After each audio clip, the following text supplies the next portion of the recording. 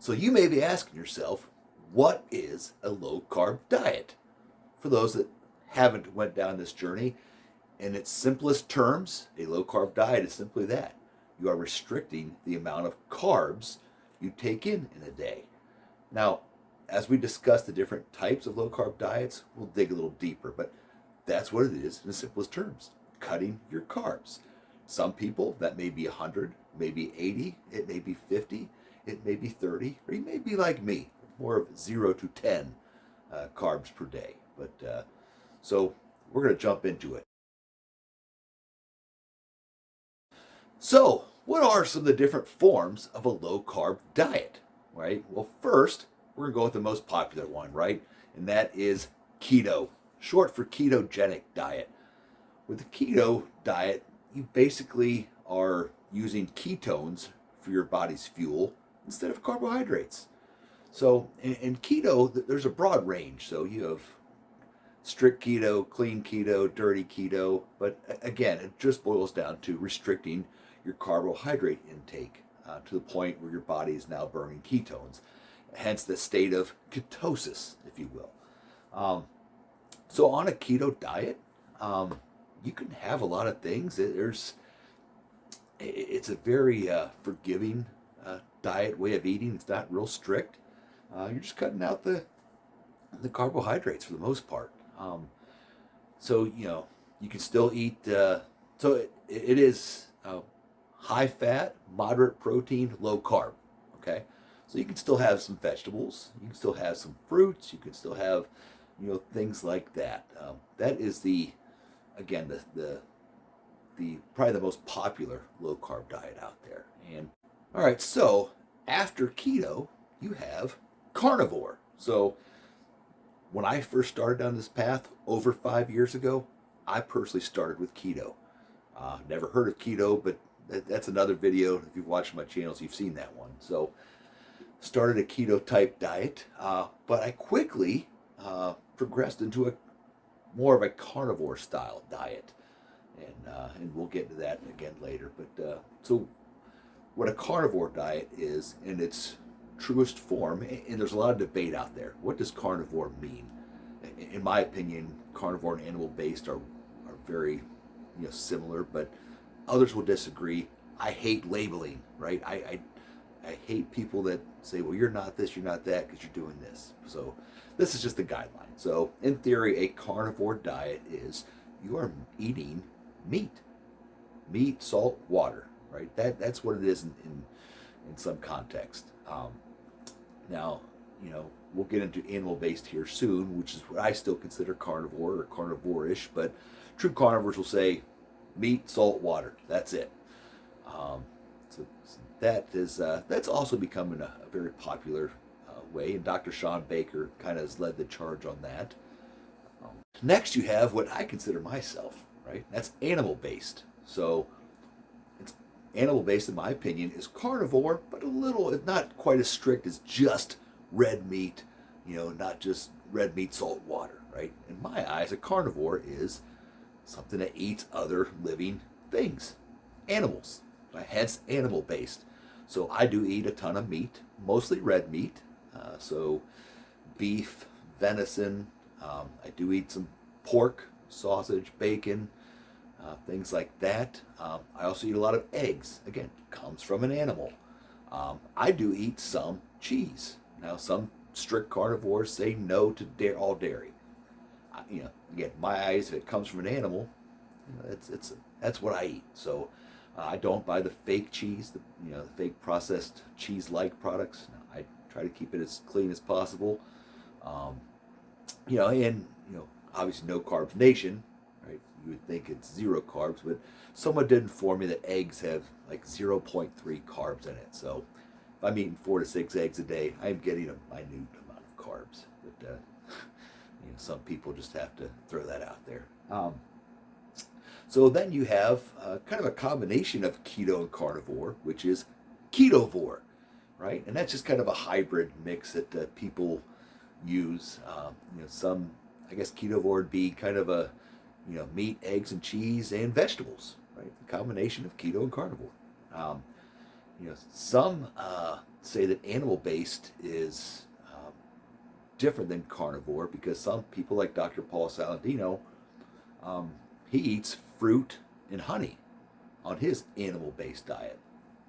I personally, don't think it's a good idea. Fruit and honey raises blood sugar, but but I'm not going to judge. Obviously it works for Dr. Paul.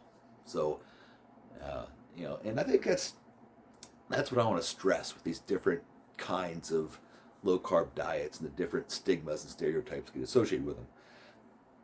We're all different. I firmly believe you have to play with these and figure out what works for you, what works for your body. Because we're all different. We all have different genetics, different health issues, different lifestyles. Find what works for you and focus on that, is my advice. So, why do people turn to a low carb diet or lifestyle? Well, there's a couple reasons. So, the obvious reason is weight loss, right? That's what most people jump into this game for, is for the weight loss. Problem is, some people use it just for a quick weight loss and they go revert back to their old ways and gain it right back. So, in my opinion, it's not truly a diet, it's a lifestyle change. Again, my opinion. But so weight loss, again, that's huge. That's probably the main reason. Not the reason I got into it. The reason why I got into it is the next reason for going to a low carb diet or lifestyle. That is health issues. So I used the low carb lifestyle to cure, if you will, a laundry list of health issues.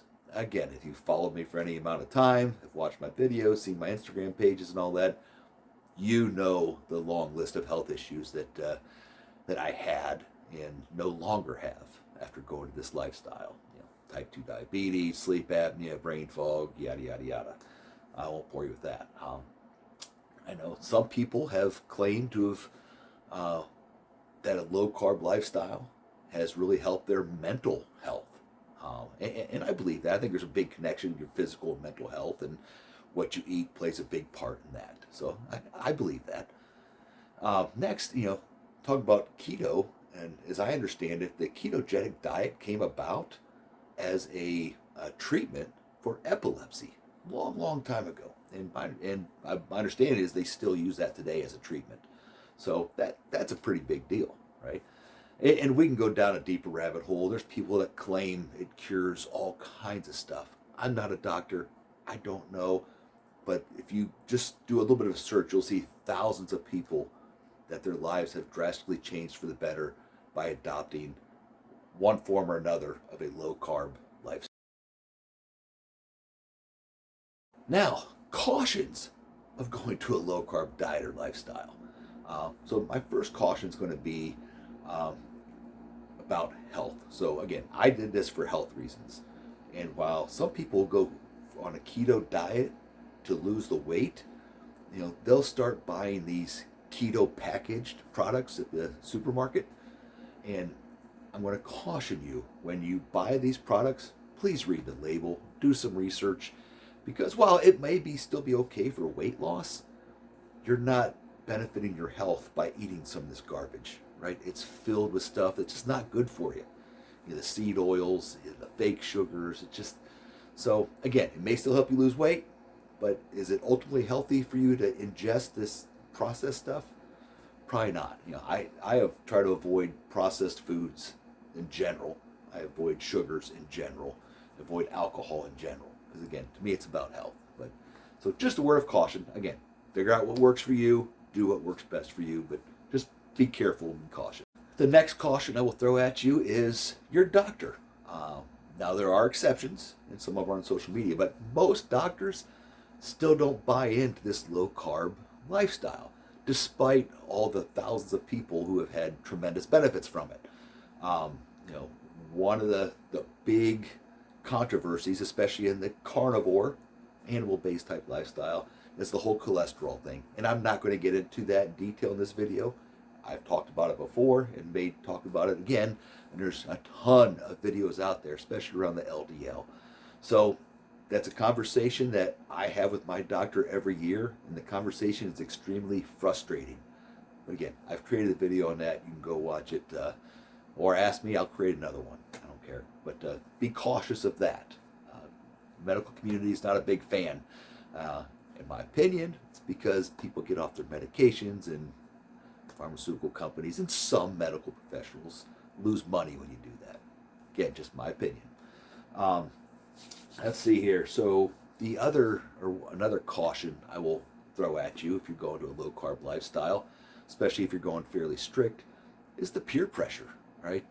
Peer issues, family members, friends, work functions. Right? People don't understand why you're not participating in eating the donuts around the break room, and things like that. And they don't understand why you're not drinking beer at the social gathering. And they might say, "Oh, live a little." For me, when I lived a little, I was dying. So I prefer this way. So I don't have a problem explaining myself. I don't even need to. But if you're going to feel that pressure, just be forewarned. People don't understand this diet still, this lifestyle, and they will pressure you to revert back to your old ways of eating like garbage or drinking or whatever the case may be. So that's it. I hope this helped. If you have any questions, as always, reach out. I'm on various social medias, Twitter, Instagram, obviously YouTube. And do me a favor. Let's help spread the word of better health, right? Hit the like, hit the subscribe, hit the notify. Leave me a comment on how a low-carb lifestyle has been working for you. Or if you're new to this lifestyle or thinking about it, leave a comment with some questions you might have that I might be able to help with. So that's it. Thanks again for watching. I appreciate you more than you know. Stay strong, No Carbs Nation. We'll talk to you next time. Go get it.